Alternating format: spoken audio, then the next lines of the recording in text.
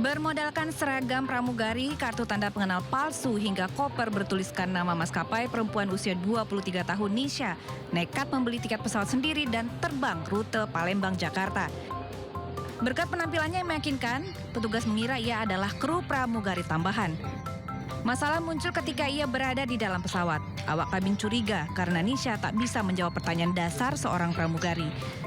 Kecurigaan kru maskapai semakin kuat setelah melihat kartu tanda anggota model lama yang sudah belasan tahun tak terpakai. Sesampainya di Jakarta, Nisha langsung digiring petugas untuk diminta keterangan. Usai penyamarannya terbongkar, Nisha langsung membuat video klarifikasi dan meminta maaf. Saya menggunakan atribut pramugari dan beserta seragamnya. Dan sesungguhnya saya bukanlah pramugari Batik Air. Hingga kini belum ada keterangan resmi dari maskapai terkait. Namun lebih dari sekadar viral, kasus Nisha menjadi catatan penting bahwa ketatnya keamanan bandara ternyata bisa ditembus bermodal seragam dan penampilan yang meyakinkan.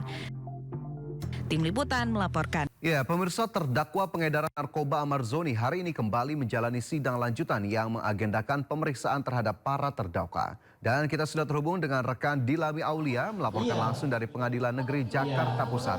Dilami, silakan dengan laporannya. Nah, setelah itu saya ditanya sama Umar.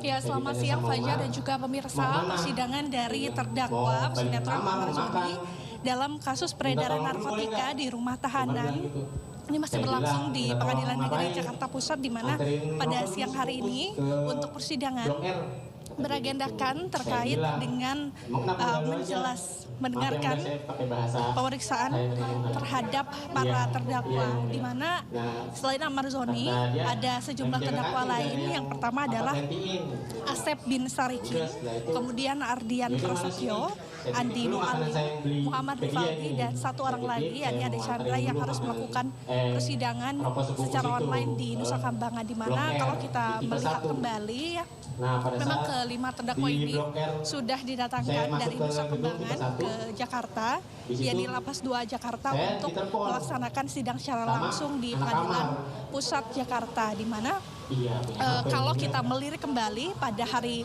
kemarin saja atau pada agenda sebelumnya, yakni pemeriksaan saksi, di mana ada 5 saksi yang dihadirkan pada kira-kira bulan Desember 2025 lalu.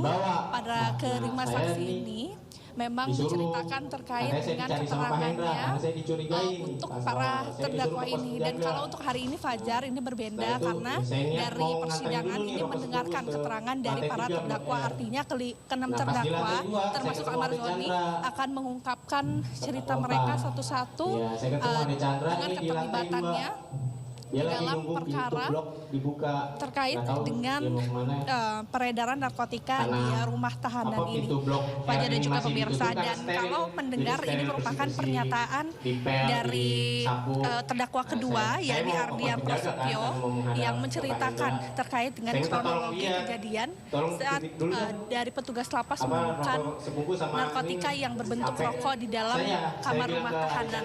Namun begitu, masih ada keterangan dari Ahmad Zoni, kemudian Andi Mualim, Muhammad Rifaldi, dan juga Ade Chandra yang memang masih belum mengungkapkan keterangannya terkait dengan penjabaran kasusnya, dan akan dijabarkan pula setelah nantinya terdakwa kedua Ardian Prasetyo mengungkapkan terkait dengan kronologi kasus kejadiannya. Kemudian Fajar dan juga pemirsa, seperti yang kita tahu dari pihak penusturan kuasa hukum Ahmad Zoni juga,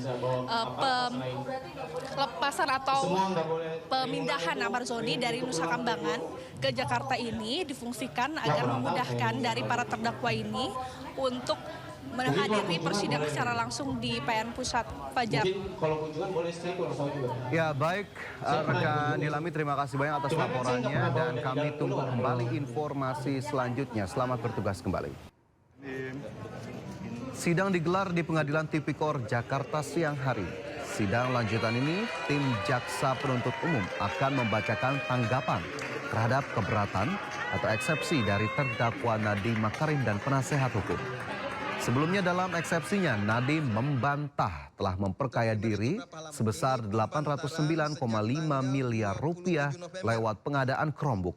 Ia juga membantah ada pembahasan pengadaan Chromebook dalam 2 grup WhatsApp sebelum ia menjadi menteri. Nadiem Makarim terseret kasus dugaan korupsi pengadaan laptop Chromebook dan CDM periode tahun 2019-2022. Kejaksaan Agung menduga total kerugian negara akibat korupsi ini mencapai 2,1 triliun rupiah.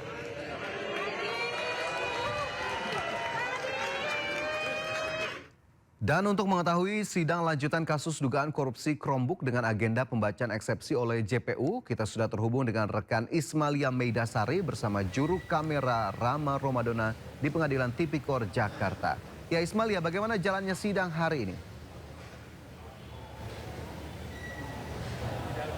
Ya, selamat siang Fajar dan juga pemirsa. Betul sekali, pada hari ini kita akan mengawal jalannya persidangan atau persidangan lanjutan kasus Nadiem Makarim, yang dimana pada hari ini kita akan mendengarkan tanggapan dari Jaksa Penuntut Umum menanggapi nota keberatan yang sudah disampaikan beberapa hari yang lalu oleh pihak Nadiem Makarim, yang dimana untuk sidang hari ini belum mulai dan akan dimulai pada pukul 1 siang yang sebelumnya dijadwalkan pada pukul 10 siang di Pengadilan Negeri Jakarta Pusat atau Pengadilan Tipikor, yang nantinya akan digelar di ruangan Prof. Hatta dan akan diketuai oleh atau akan dipimpin oleh Hakim Purwanto. Dan sebelumnya kita tahu, Fajar dan juga pemirsa, Nadiem Makarim ini didakwa setelah merugikan negara sebesar 2,1 triliun rupiah dan diduga juga atau didakwa memperkaya diri sendiri senilai 809,5 miliar. Dan pada dakwaan sidang atau pembacaan dakwaan beberapa hari yang lalu langsung disampaikan eksepsi atau nota keberatan oleh pihak dari Nadiem Makarim, yang mereka menolak bahwa merasa keberatan bahwa kliennya tidak memperkaya diri sendiri dan merasa dikriminalisasi mengenai kebijakan yang sudah diputuskan selama 5 tahun Nadiem menjabat sebagai menteri beberapa tahun yang lalu. Dan juga Fajar dan juga pemirsa, nanti kita akan sama-sama mengawal jalannya persidangan. Dan selain persidangan tanggapan Jaksa Penuntut Umum dari kasus Nadiem Makarim ini, nantinya juga akan ada sidang 3 terdakwa lainnya, yakni Ibrahim, Mulyatsa, dan Sri. Nantinya akan digelar sidang pemeriksaan saksi yang sudah disiapkan oleh Jaksa Penuntut Umum. Kembali ke Anda, Fajar. Baik, terima kasih rekan Ismalia Meidasari bersama juru kamera Muhammad Fakih melaporkan langsung dari Pengadilan Tipikor Jakarta. Kami tunggu informasi terbarunya kembali dan selamat bertugas kembali. Dalam penggeledahan di Kementerian Kehutanan, penyidik Kejaksaan Agung dikawal personil TNI. Mereka menyita 1 kontak kontainer besar yang langsung dimasukkan ke dalam mobil. Hingga kini belum ada keterangan resmi dari Kejaksaan Agung terkait penggeledahan di kantor Dirjen Planologi Kehutanan Kementerian Kehutanan. Sebelumnya KPK menyatakan surat perintah penghentian penyidikan atau SP3 kasus dugaan korupsi izin tambang di Konawe Utara, Sulawesi Tengah terbit pada 17 Desember 2024. Kasus ini menyeret ex-Bupati Konawe Utara Aswad Sulaiman.